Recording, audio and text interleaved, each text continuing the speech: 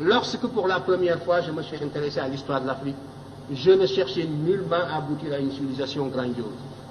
Il y a souvent un procès d'intention qui passe à côté des sentiments réels. Vous ne trouverez jamais, on fausse même la psychologie humaine, vous ne trouverez jamais un peuple qui admire l'histoire d'un autre peuple. Prenez la Serbie, prenez n'importe quel peuple de l'Europe centrale.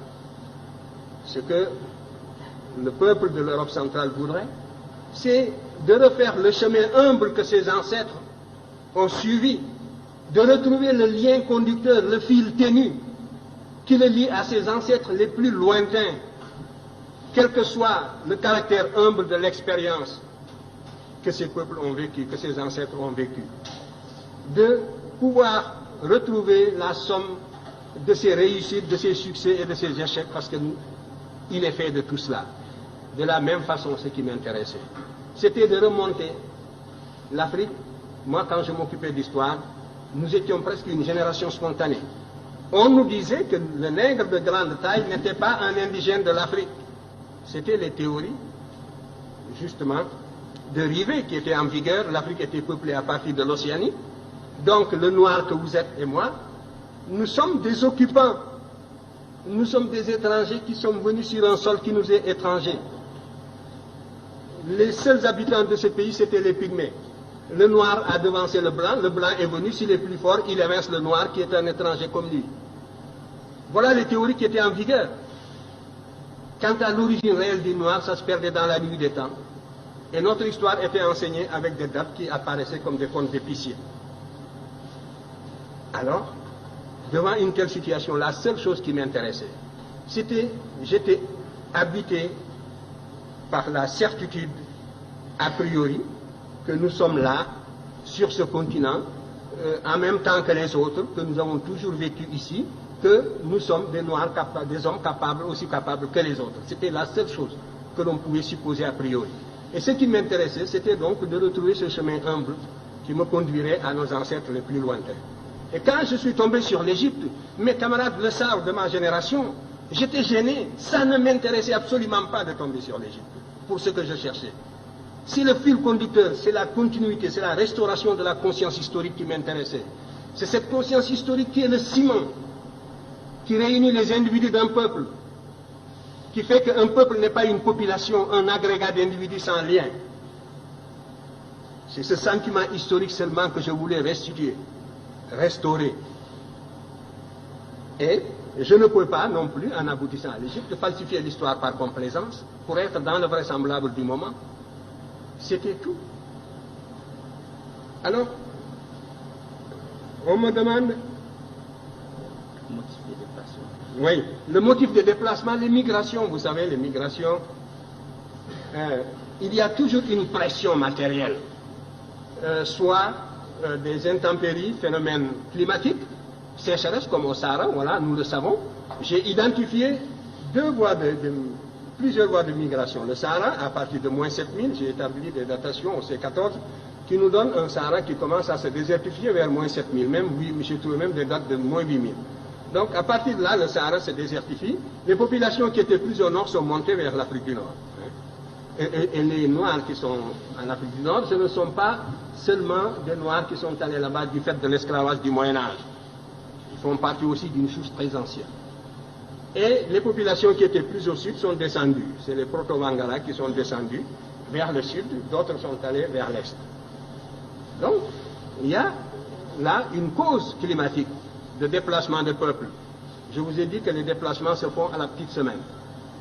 Il y a 2400 ans, ce qu'on appelle la dernière période humide. Toute l'Afrique était couverte de prairies herbeuses. Donc, on pouvait se déplacer depuis la vallée du Nil jusqu'à l'océan Atlantique en marchant derrière des troupeaux. Par conséquent, là aussi, il y a une voie de migration.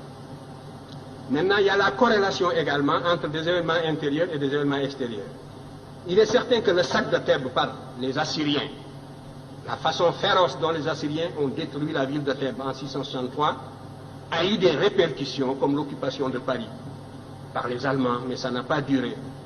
Donc la métropole noire, une fois qui était vénérable, millénaire, la première fois qu'elle a été mise à sac, ça a eu des répercussions profondes sur les populations africaines qui vivaient presque attirées comme en formant une sorte de grappe autour de la vallée du Nil.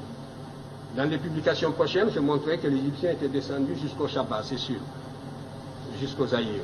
Nous avons des preuves archéologiques de tout cela. Nous avons des preuves archéologiques qui sont venues ici, des preuves relevant de la linguistique, d'autres faits qui sont venus justement jusqu'à la boucle du Niger. Ça concerne la première question sur laquelle je dirai un mot. Et tout cela, donc, des motifs climatiques, une pression extérieure, la victoire, la perte de la souveraineté nationale de l'Égypte a fait que les populations africaines se sont relâchées et se sont repliées sur elles-mêmes à l'intérieur pour former des royaumes à l'intérieur. Alors que jusque-là, l'Égypte était la grande métropole, un peu comme les Germains qui étaient de l'autre côté de la rive du Danube par rapport à la civilisation, au foyer romain. L'Égypte était le véritable foyer auquel le reste de l'Afrique noire était lié par 1000 liens des Slaves.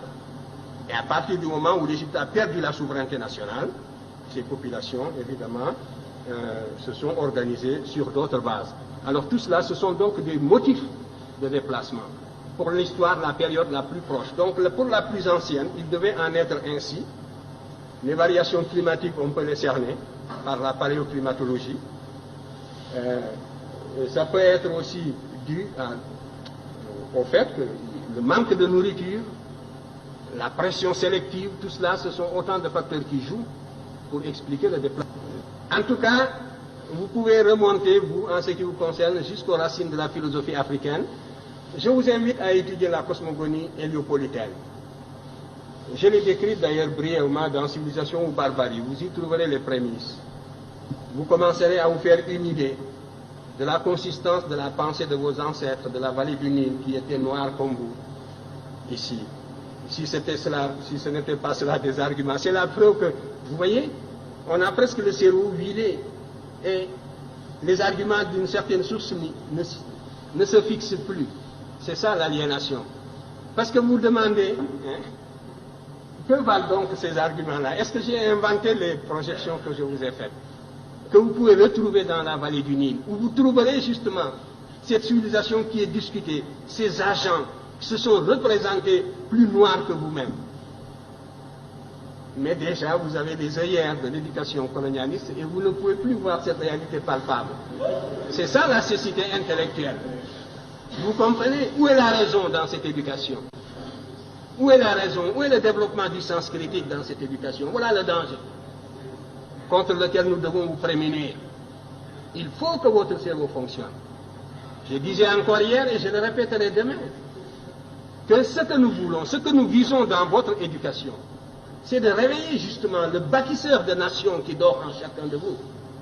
C'est de réveiller le créateur qui dort en chacun de vous. Et cela suppose donc une réforme qui mette l'accent sur la rationalité, sur les facultés créatrices de l'individu et sur l'indépendance intellectuelle de l'individu. Voilà le but que vise mon enseignement en tout cas. Et si je ne l'atteins pas, c'est bien. Les moyens de prouver, ce sont les moyens scientifiques. La critique scientifique, n'est-ce pas, c'est une méthode. Moi, j'ai utilisé tout l'arsenal des méthodes d'investigation et des méthodes de preuve. J'ai esquissé même des méthodes nouvelles pour l'histoire africaine. Que justement, les maîtres que vous citez, je vous parlais des maîtres occidentaux, n'est-ce pas, que vous citez, utilisent largement. Parce que le paradoxe, c'est que tout cela dont vous parlez, ils sont coincés aujourd'hui. Parce qu'il n'y a que cette voie pour renouveler la science historique, et c'est moi qui vous le dis. Et ils sont coincés dans leur propre développement idéologique, et ils ne savent plus comment se dégager de la position inconfortable où ils se trouvent intellectuellement. Ils sont confinés dans des positions idéologiques indéfendables. Et il vous suffirait de fournir un peu d'effort, d'acquérir la connaissance directe pour les dépasser. C'est moi qui vous le dis. Alors, ils voudraient bien sortir de cette position pour récupérer cette littérature. Mais, sans nous citer, bien sûr, mais tout cela est extrêmement difficile. Et la cause est entendue depuis longtemps. C'est de cela que je voulais vous parler. Vous dites que aussi longtemps qu'on ne reconnaîtra pas, mais on reconnaît déjà. Et maintenant, c'est la conspiration du silence. On n'attaque plus parce qu'on n'a plus d'arguments pour attaquer. Et ce n'est pas le désir qui leur manque, vous le savez bien. Ils nous auraient sciés, ils nous auraient foudroyés s'ils pouvaient déceler la moindre incohérence depuis le temps. Mais maintenant, c'est le silence, c'est la conspiration du silence, c'est la médisance dans les salons, c'est les apartés avec les étudiants. Donc voilà, à 3 reprises, l'Afrique apporte les éléments de la civilisation au monde, et ces éléments diffusent dans le monde, et pourtant l'Afrique continue toujours, passe toujours pour un continent fruste qui n'aurait rien apporté aux autres. De restaurer cette conscience historique continentale africaine, de l'intégrer dans l'enseignement, c'est un facteur de cohésion, mettre l'ensemble des peuples africains à l'abri de toutes les formes d'agression culturelle. C'est le seul intérêt que présente une question comme celle-là, et c'est à une œuvre d'intégrer